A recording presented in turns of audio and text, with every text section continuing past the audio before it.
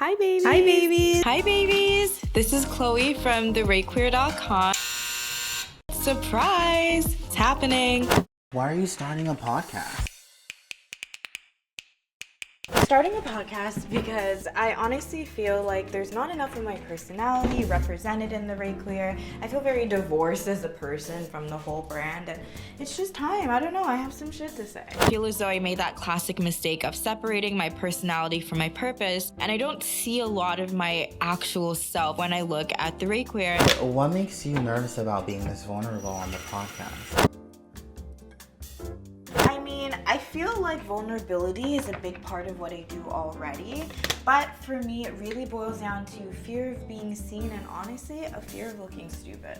Who the do I think I am? What's a misconception about Reiki that makes you laugh now? Maybe something you yourself believed before becoming a practitioner? Yeah, I definitely used to believe that there was this penultimate level of heal that you had to be in order to be allowed to be a practitioner. Like, when I first started, I was traumatized AF, and I thought, there is no way I'm going to be the world's worst Reiki practitioner. But the truth is, if this is your calling, then it doesn't matter where you are in your healing journey. I promise you'll find your way. We're figuring out the podcast voice. We're figuring out how to not make gross mouth sounds in the mic. And, this is a journey for the both of us. And this podcast is about challenging the polished image of spiritual practitioners.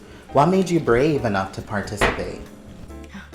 Well, I don't know if I'd say it was brave, but I think it's so important for people to understand that people in the wellness industry, Reiki practitioners, we're all still just people at the end of the day. And a lot of us are fucked up and confused and struggling. And it's time we just be a lot more raw and honest about that. Creating this podcast so far has been a super fun journey for me because, to be honest, it's been quite some time since I've created something solely for the purpose of just creating. Fill in the blank.